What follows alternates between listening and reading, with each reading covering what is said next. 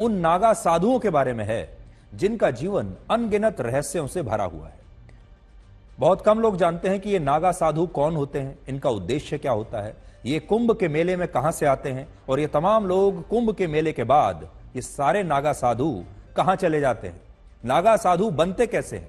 आज हम black and white में इन्हीं पहेलियों को आपके लिए सुलझाएंगे और आपको बताएंगे कि आप इन नागा साधुओं से क्या सीख सकते हैं। नागा साधुओं के बारे में हमारे देश में लोगों को बहुत कम जानकारी है और गलतफहमियां बहुत ज्यादा है। यह विडंबना है कि भारत की मौजूदा पीढ़ी नागा साधुओं के इतिहास के बारे में ज्यादा कुछ नहीं जानती, जागरूक नहीं है और इस पर दुनिया के बड़े बड़े विद्वान हैरानी जताते हैं।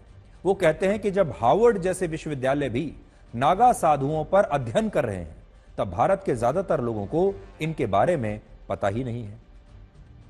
नागा साधु असल में एक विचार है जो खुद को त्यागने से शुरू होता है और यह त्याग सबसे पहले शरीर का होता है।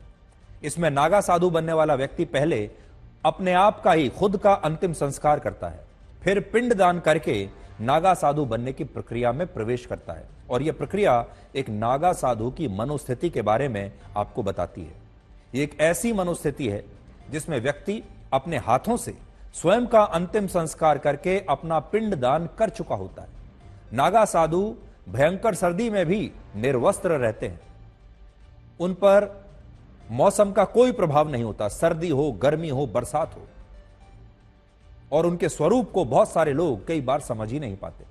उनके बालों की लंबी जटाएं, शरीर पर रगड़ी गई भस्म उनके तपस्या करने का एक अनूठा तरीका है। नागा शब्द के भी कई अर्थ हैं। संस्कृत भाषा में नागा का अर्थ पहाड़ होता है और नागा साधु या सन्यासी उन लोगों को कहते हैं जो पहाड़ पर रहकर तप करते हैं या तपस्या करते हैं। इसके अलावा कछारी भाषा में नागा शब्द का अर्थ होता है एक युवा बहादुर सैनिक।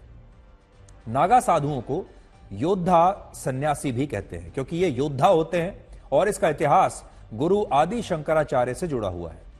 ऐसी मान्यता है कि जब गुरु आदि शंकराचार्य ने भारत की 4 अलग अलग दिशाओं में 4 मठों की स्थापना की तब उन्होंने इन मठों की रक्षा करने के लिए नागा साधुओं की एक टोली बनाई।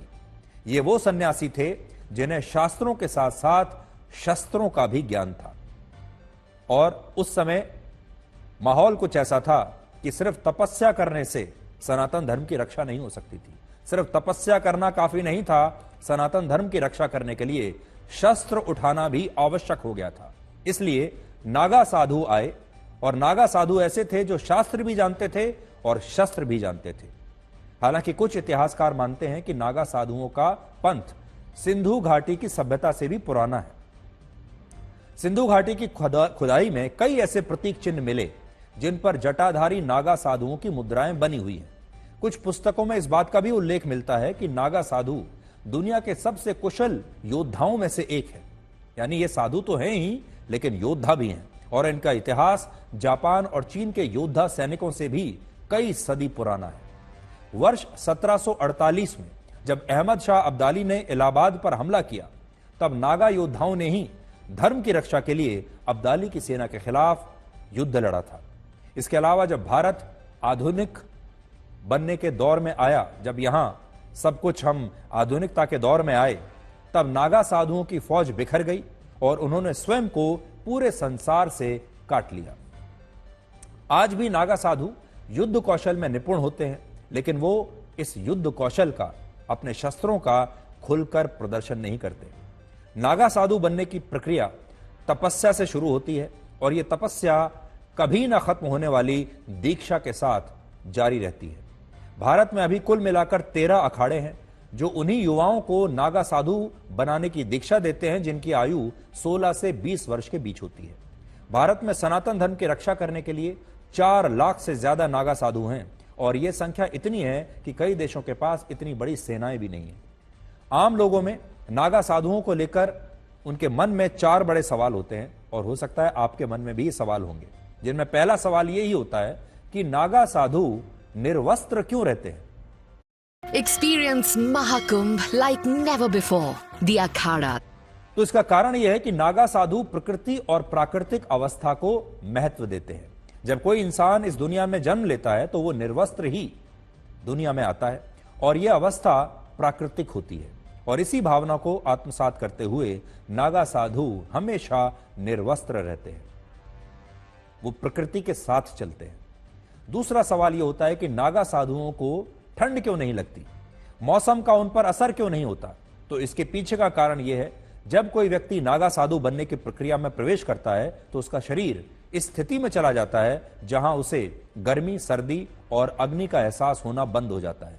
यह ठीक वैसा ही है जैसे एक महिला के गर्भ में एक बच्चा सभी मौसमों में जीवित रहता है, कैसा भी मौसम हो, और उसके शरीर पर कोई कपड़े नहीं होते और बच्चा निर्वस्त्र ही इस दुनिया में प्रवेश करता है। तीसरा सवाल यह होता है लोगों के मन में, नागा साधु अपने शरीर पर भस्म लगाकर क्यों रखते हैं, अपने शरीर पर भस्म क्यों रगड़ते रहते हैं। भस्म मृत शरीर से बनी वो राख होती है जिसे शरीर पर रगड़कर नागा साधु ये बताते हैं कि वो मृत्यु को जीत चुके हैं, मृत्यु पर विजय पा चुके हैं और मृत्यु उनका कुछ नहीं बिगाड़ सकती। चौथा सवाल लोगों के मन में यह होता है कि नागा साधु कुंभ मेले में कहां से आते हैं और इस मेले के बाद कहां चले जाते हैं। इसका जवाब यह है कि नागा साधु अक्सर दुर्गम इलाकों में, पहाड़ों पर अपना जीवन तपस्या करते हुए बिताते हैं और इसीलिए वो कुंभ के आयोजन के बाद दोबारा किसी को दिखाई नहीं देते और वापस अपने अखाड़ों में या सृष्टि के भ्रमण पर निकल जाते हैं। आज अगर आप भी चाहें तो नागा साधुओं से बहुत कुछ सीख सकते हैं। इनमें सबसे बड़ी सीख यह है कि कैसे हम अपने आप में, अपनी दुनिया में प्रसन्न रह सकते हैं। नागा साधुओं के पास कोई भौतिक वस्तु नहीं होती, लेकिन फिर भी वो अपना जीवन बहुत खुशी और आनंद के साथ व्यतीत करते हैं। इससे हमें यह समझ में आता है कि जीवन को खुशियों के साथ जीने के लिए किसी भी भौतिक वस्तु की आवश्यकता नहीं होती। अगर आपकी मनोस्थिति आपके नियंत्रण में है, आप अपने आप में खुश रहते हैं, तो फिर आनंदित जीवन के लिए आपको बड़ी गाड़ी, बड़े घर, बहुत सारे बैंक बैलेंस, पैसा, महंगे कपड़े, जूते, इसकी कोई आवश्यकता नहीं है। नागा साधुओं के पास सबसे बड़ी शक्ति होती है इच्छा शक्ति। वो बिना कष्ट की भावना किए ऐसे हठयोग करते हैं जिनकी आम लोग कल्पना भी नहीं कर सकते और यही उनकी इच्छा शक्ति दिखाती है। जैसे एक नागा साधु पिछले 9 वर्षों से अपना बायां हाथ ऊपर उठाकर भारत को हिंदू राष्ट्र बनाने के लिए हठयोग कर रहा है। ये देखिए, एक नागा साधु ऐसे हैं जो पिछले कई वर्षों से बैठे ही नहीं हैं और लगातार खड़े हुए हैं, वो बैठते ही नहीं हैं। जबकि कई नागा साधु ऐसे हैं जो अपने शरीर को गलाकर हठयोग कर रहे हैं और उन्हें इसके लिए जरा भी उनके शरीर को दर्द महसूस नहीं होता, क्योंकि नागा साधुओं के पास इच्छा शक्ति इतनी प्रबल होती है कि वो हर प्रकार के दर्द को सह सकते हैं। नागा साधुओं के जीवन में त्याग भी एक तरह की तपस्या है। वो वस्त्रों का त्याग कर चुके हैं, संपत्ति का त्याग कर चुके हैं, परिवार का त्याग कर चुके हैं, रिश्ते नातों का त्याग कर चुके हैं, भौतिक वस्तुओं का त्याग कर चुके हैं, अन्न का त्याग कर चुके हैं और यह त्याग ही उनकी सबसे बड़ी तपस्या है और मृत्यु पर वो विजय प्राप्त कर चुके हैं। इसलिए मृत्यु से उन्हें डर नहीं लगता। तो जिसके पास कुछ है ही नहीं खोने के लिए और मृत्यु से उसे डर नहीं लगता, तो सोचिए उस इंसान की मनोस्थिति क्या होगी। नागा साधु दिन में सिर्फ 7 लोगों से अपने भोजन के लिए भिक्षा मांग सकते हैं। नागा साधु भिक्षुक होते हैं, वो भिक्षा मांगकर भोजन करते हैं और उनके यहां नियम है कि एक दिन में सिर्फ 7 घरों में या 7 लोगों से ही भिक्षा मांग सकते हैं। और अगर कभी ऐसी स्थिति आ जाए कि जब उन्हें इन 7 घरों में या 7 लोगों से पर्याप्त भोजन न मिले, तो फिर 8वें घर में वो भोजन के लिए भिक्षा नहीं मांग सकते और उस दिन उन्हें अपना भोजन त्याग करके ही अपनी तपस्या करनी होती है, क्योंकि अगर 7 घरों से या 7 लोगों से भिक्षा नहीं मिली तो फिर वो 8वें व्यक्ति से भिक्षा नहीं मांग सकते और उस दिन उन्हें भूखा ही रहना होता है।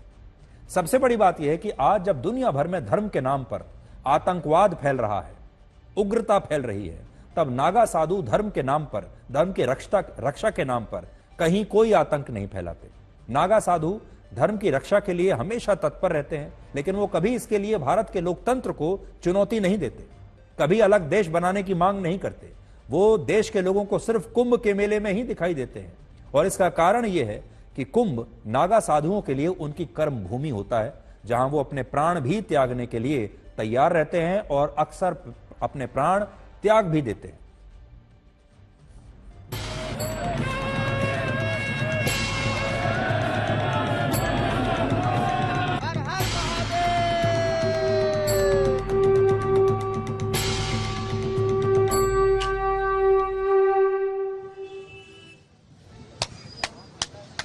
महाराज जी, पहले तो ये बताइए कि ये जिंदगी, जब हम लोग इस 4-5 डिग्री टेम्परेचर में कोट और पूरे अपने कपड़ों के साथ मौजूद हैं, और आप लोगों के ऊपर ये भभूत और उसके ऊपर लगता है कुछ है ही नहीं। नारायण, सबसे पहले ये है कि हमने अपने आप को ईश्वर को समर्पण कर दिया। क्या है, जैसे बच्चा माँ के गर्भ से पैदा होता है, वो जैसे पैदा जब होता है, आपने देखा होगा एक जाल के अंदर होता है, उसको निकाल के फिर माँ उसके निकाल के बच्चे उसको कपड़े, वैसे अभी हम हैं, हम नवजात शिशु के जैसे हम अपने आप को, क्योंकि हम हरि समर्पण हो चुके हैं।